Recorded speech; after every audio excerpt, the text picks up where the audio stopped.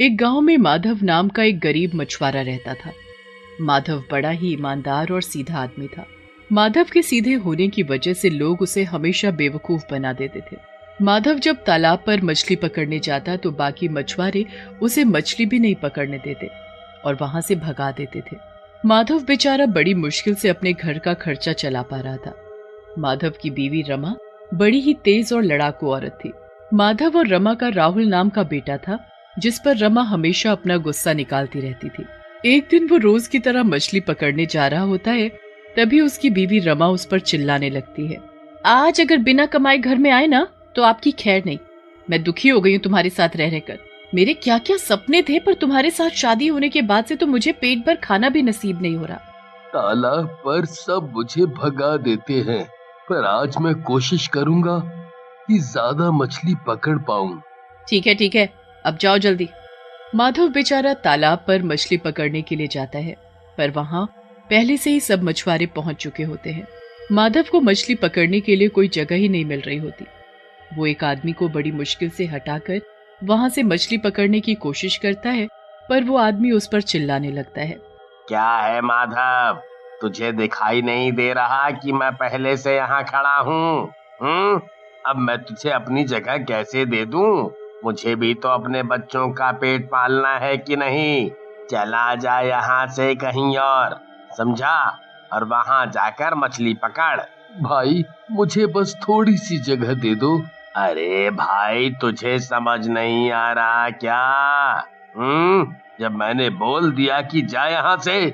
माधव वहां से उदास होकर दूसरी तरफ आ जाता है, पर वहां पर खड़ा मछुआरा भी उसे भगा देता है। माधव को कोई भी मछली पकड़ने की जगह नहीं देता। माधव को अब चिंता होने लगती है कि वो बाजार में जाकर क्या बेचेगा और घर पर क्या लेकर जाएगा। अगर आज मैं अच्छी कमाई करके घर नहीं पहुंचा तो रमा मुझे घर में घुसने भी नहीं देगी। अब मैं क्या करूं? कहां से और कैसे मछली पकड़ूं? माधव उदास होकर वहां से चला जाता है। रास्ते में चलते चलते उसे ख्याल आता है कि वो क्यों न किसी दूसरे तालाब की तलाश करे, जिससे उसे रोज रोज की दिक्कत से छुटकारा मिल जाए। माधव इसी उम्मीद में गांव के बाहर दूर निकल जाता है। काफी दूर जाकर रास्ते में उसे एक तालाब मिलता है। उस तालाब को देखकर माधव के चेहरे पर मुस्कुराहट आ जाती है। आखिरकार मैंने दूसरा तालाब ढूंढ ही लिया। बस अब भगवान मुझ पर इतनी दया कर दे कि इसमें से मुझे ढेर सारी मछलियां मिल जाएं, जिन्हें मैं बाजार में बेचकर खूब पैसे कमा सकूं। माधव उस तालाब के पास जाता है और एक किनारे पर खड़ा होकर जाल को पूरा जोर लगाकर तालाब में फेंक देता है। माधव जब जाल को खींचकर बाहर निकालता है तो उसमें से एक छोटी सी सुनहरे रंग की मछली निकलती है, जिसका एक पंख टूटा होता है। हे भगवान, लगता है मेरी किस्मत ही खराब है। इतने बड़े तालाब में ये जरा सी मछली निकली है। इस छोटी सी मछली को कौन खरीदेगा? पर ये मछली है कितनी खूबसूरत, और इस मछली का तो एक पंख भी टूटा हुआ है। इस तालाब में तो ये जी नहीं पाएगी, तो क्यों ना मैं इसे घर ले जाऊं और एक कांच के बर्तन में रख दूं। माधव उस मछली को घर ले जाता है। आ गए, पहले बताओ आज कितनी मछली पकड़ी और क्या कमाई की? वो रमा, वो मैं मछली पकड़ने गया तो था, पर दूसरे मछुआरों ने मुझे मछली पकड़ने ही नहीं दी। फिर मैं गांव से दूर दूसरा तालाब ढूंढने के लिए चला गया। वहाँ मुझे एक तालाब तो मिला, पर क्या? आगे बोलो। एक ये छोटी सी सुनहरी मछली मिली है, जिसका एक पंख भी टूट रहा है। अब इसका मैं क्या करूंगी? ना तो इसे कोई खरीदेगा और ना इससे हमारा पेट भरेगा। हाँ रमा, पर मैं इसे बेचने या खाने के लिए नहीं लाया हूँ।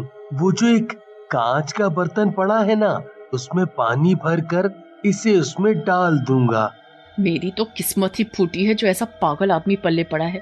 खाने को तो घर में कुछ है नहीं, और ये देखो एक मछली और ले आए हैं। आज घर में तुम्हारे खाने को एक रोटी ही है। मैं जा रही हूँ अब सोने। रमा वहां से चली जाती है, पर माधव कांच के बर्तन में पानी भरकर उस सुनहरी मछली को उसमें डाल देता है। सुनहरी मछली उसमें जाते ही वहां पर तैरने लगती है। माधव रसोई से फिर एक बची हुई रोटी ले आता है। पहले वो उसमें से उस मछली को खाने को देता है और फिर खुद खाता है। सुनहरी मछली बड़ी ही भूखी होती है। वो जल्दी से रोटी खा लेती है। उसके बाद माधव भी सोने चला जाता।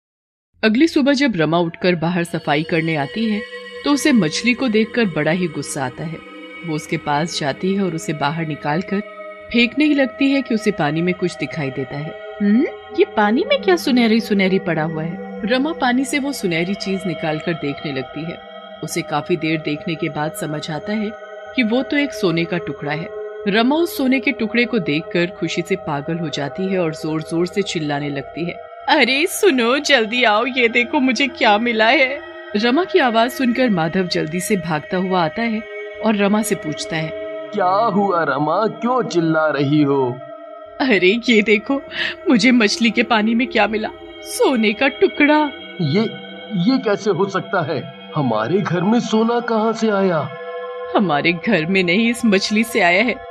ये सोना इस मछली से मिला है। हाय, ये कोई मामूली मछली नहीं है, जादुई मछली है। अब तो हम अमीर हो जाएंगे। तुम जल्दी से जाओ और इसे बाजार में बेच दो। माधव जल्दी से उसे बाजार में बेच देता है और उसके बदले उसे ढेर सारे पैसे मिल जाते हैं। उन पैसों से वो घर का सारा जरूरी सामान खरीद लेता है और फिर भी काफी पैसे बच जाते हैं। अगली सुबह रमा जल्दी उठ जाती है और उसे फिर से मछली के पानी में एक सोने का टुकड़ा मिलता है। रमा उस मछली को एक ऐसी जगह छुपा देती है जहाँ किसी की भी नजर उस पर ना पड़े। धीरे धीरे माधव और रमा खूब अमीर हो जाते हैं, पर रमा का लालच दिन पर दिन बढ़ता ही जाता है। वो पैसों के लालच में इतनी अंधी हो जाती है कि उसे राहुल का कुछ होश ही नहीं रहता कि वो बीमार भी है। एक रात जब दोनों सो रहे होते हैं तो उनके घर पर एक चुड़ैल घुस आती है। कहाँ गई मेरी मछली, कहाँ गई? चुड़ैल का शोर सुनकर रमा और माधव बाहर आ जाते हैं। चुड़ैल को देखकर उनकी हालत खराब हो जाती है। उन्हें समझ ही नहीं आता कि करें तो क्या करें। वो छुपकर वहां से भागने की कोशिश करते हैं, पर तभी चुड़ैल की नजर उन पर पड़ जाती है। कहाँ जा रहे हो तुम लोग? कहाँ छुपा है मेरी सुनहरी मछली को? सुनहरी मछली? अब तुम्हारी सुनहरी मछली? हाँ, मेरी सुनहरी मछली। बताओ, कहाँ छुपा है तुमने उसे? हमारे पास कोई सुनहरी मछली नहीं है। सुनहरी मछली तुम्हारे पास ही है, मुझे सब पता है। ऐसे ही तुम लोग अमीर नहीं हुए हो। मुझे सच सच बता दो, कहाँ है मेरी सुनहरी मछली, वरना मैं तुम दोनों को जान से मार डालूंगी। चुड़ैल के बार बार डराने पर भी रमा उस चुड़ैल को नहीं बताती कि सुनहरी मछली को उसने कहाँ छुपा रखा है। चुड़ैल गुस्से में आकर घर का सामान तोड़ फोड़ देती है, पर रमा इतना होने पर भी चुड़ैल को नहीं बताती कि मछली कहाँ पर है। चुड़ैल गुस्से में आकर राहुल को पकड़ लेती है। अगर अपना बच्चा जिंदा चाहते हो तो सुबह मुझे मेरी सुनहरी मछली उसी तालाब के पास लाकर दे देना। ऐसा कहकर चुड़ैल राहुल को अपने साथ ले जाती है। रमा और माधव उसके पीछे पीछे भागते हैं, पर चुड़ैल राहुल को वापस नहीं करती। मेरा राहुल, मेरा बच्चा, मेरे राहुल को वापस ले आओ। नहीं नहीं, मुझे नहीं चाहिए सोना, मुझे राहुल चाहिए। अगर उसने मेरे राहुल के साथ कुछ गलत किया तो हमारा क्या होगा? सुबह तक वो चुड़ैल हमारे राहुल को कुछ नहीं करेगी, और अब तुम दुखी मत हो, हम दोनों उसे बचा लेंगे।